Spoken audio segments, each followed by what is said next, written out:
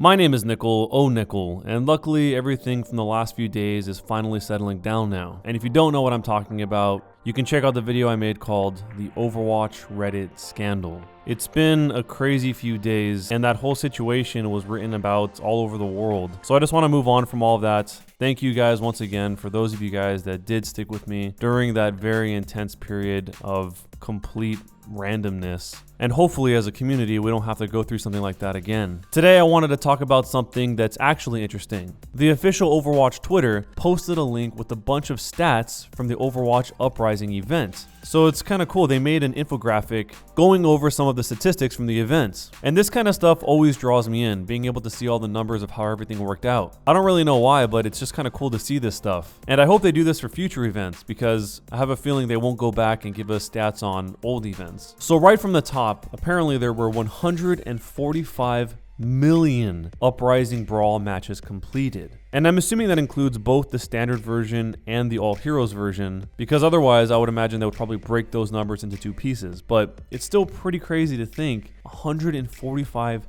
million Brawl matches completed when the most recent figure is that 30 million copies of Overwatch have been sold. So if you do the math on that, and obviously not every one of those 30 million sales represents one person because some people have multiple accounts, but if you were to do the math on that, that would come out to an average of almost 5 Uprising Brawl matches for every single copy of Overwatch sold in the world. That's pretty good. I can imagine a situation for some other games where they would have less matches completed than games sold because people drift in and out of interest. But not with the Uprising Brawl, because that one was really fun. The next thing they break that 145 million number into is how many of them were won by Overwatch and how many of them were won by the Null sector. And unfortunately, the Null sector won more times than Overwatch did, which is most likely because of the expert and legendary difficulties, but still, the Null sector won over 78 million times, whereas Overwatch won only 67 million times. So hopefully if this event ever comes back, Overwatch can finally overcome the Null sector, because technically Overwatch loses here, just based on the averages alone. These next numbers are about the actual number of Omnics destroyed. So under this section called Null sector Omnics destroyed, the total number is over 8.5 billion Null sector Omnics destroyed. That's crazy, but it makes sense considering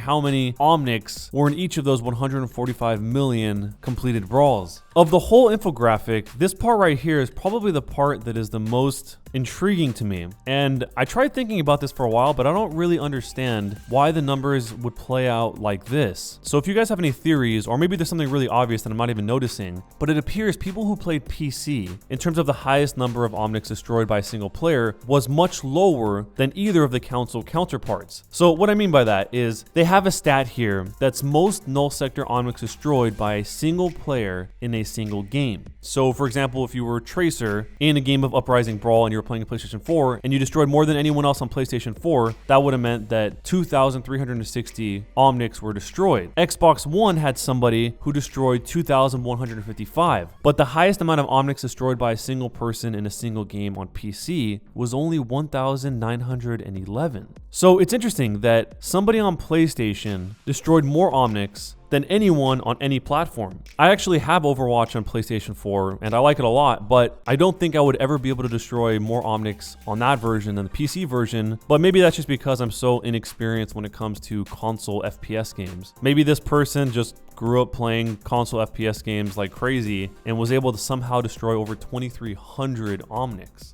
I don't know, if any of you guys have any theories about this, let me know down below in the comments. And upvote any comments that you see that have an interesting explanation for this, because I'm really interested to see what you guys have to say about this. So going on to the story mode, they actually show the average win rate of each of the different modes. So for normal mode, the win rate was about 75%. So you would win most of the time when you would play the normal mode. For hard, it dropped down drastically to only 28%. For expert, it dropped even more to 3%. And for legendary, it was less than a 1% win rate. It was only 0.6%. So it's kind of like a reverse exponential curve here, which is probably exactly what they were aiming for. So each of the difficulty bumps would be meaningful, and it definitely seems like they were by looking at these stats. So then it shows the average completion time of each one of these modes, and as you would probably expect, the more difficult it was, the longer it took to complete. So the average completion time for normal was 14 minutes 36 seconds. On hard, it jumped up to 15 minutes and 24 seconds. On expert, it went up to 17 minutes even. And then for Legendary, an average of 24 seconds was added on top of that. So if you're looking at it not from the average completion time, but the absolute fastest completion time, somebody completed normal mode about 4 minutes quicker than the average completion time. And the same thing for hard mode at 11 minutes and 36 seconds. There was a pretty big difference in the fastest completion time for expert mode when you compare the average completion time of 17 minutes even to the fastest completion time of 12 minutes and 54 seconds. And then for Legendary, the fastest possible completion time for Legendary on the story mode was exactly 3 minutes and 24 seconds quicker than the average. So it came out to an even 14 seconds. And what was the highest score achieved in a single game? We actually made an entire video talking about this. So if you want to see all the details of how they did this and just the general backstory, I'll leave a link to that down below in the description. But the score that they achieved was 27,511. That's a pretty high score. So for the average win rate of the all heroes mode, normal was about the same at about 75%, but everything else was a little bit higher. Hard was at 37%, expert was at 10%, and legendary was at 1%. And obviously this is a result of being able to optimize your comp to whatever you want. So because you're able to optimize it however you want, obviously the win rates are going to be higher. And if you looked at the 4 most picked heroes, they were Bastion, Mercy, Orisa, and Soldier 76, which doesn't necessarily represent the 4 heroes that were at the top of the list in terms of who got the highest scores, because those also included Reinhardt and Zenyatta, along with Bastion and Orisa. So 2 of the most picked heroes also happen to be 2 of the heroes that a lot of people use at the very top of the ranking system. The stats they use for this next part are a little bit different. It's based on the hero, so it's kind of cool to see that the highest win rate in all difficulties was with Lucio at a 61% win rate, then it was Symmetra at 60%, then Torbjorn at 58%, and Diva at 54%. But if you specifically look at Legendary only, the highest win rates were with Zenyatta, Orisa, Reinhardt, and Bastion. The exact same comp that I mentioned earlier, which was the comp that got the highest score possible in that video where we talk about this. But if you just look at the differences between Legendary only and all difficulties, it's huge. 61% versus 2.3%, which just goes to tell how difficult Legendary mode really was when compared to the rest of the modes. In terms of loot boxes, there were 815 million loot boxes earned during the Overwatch Uprising event, which I don't really know what to compare that to. I'm sure that's a big number compared to other things, but I don't know directly what other numbers to compare it to. But finally, the 4 most crafted skins during the Overwatch Uprising event were these 4 guys. As expected, number 1 was Blackwatch Genji. I think everyone could probably call that, as well as number 2 being Blackwatch McCree, because those 2 skins had a lot of hype on them. But the one that I'm surprised not to see here was Widowmaker. I thought Talon Widowmaker would be a little bit more popular, especially since it's kind of interesting in terms of the lore. But in fact, they were not. They were 2 of the characters from the main story mode, Mercy and Reinhardt, in their traditional X-Men style blue uniforms, which I'm actually surprised by that as well, because a lot of people complained that they didn't like the blue skins or that the blue skins were boring, but yet 2 out of the 4 most crafted skins were those. So it's kind of interesting to see that. So anyway, out of these 4 skins, were there any that you weren't able to get? I know that there were a lot of people that were still upset that they didn't get the Blackwatch Genji, but is there any of these that you didn't get that you wish you were able to get? So even though the Overwatch Uprising event has ended, it was a really fun one, and I hope they do stuff like that in the future, including this whole aspect of showing us all of the stats. One last thing before I go, if any of you guys want to submit stories for me to talk about in future videos, all you have to do is go to the Underwatch link down below in the description, and once you're there, you can see how to submit news.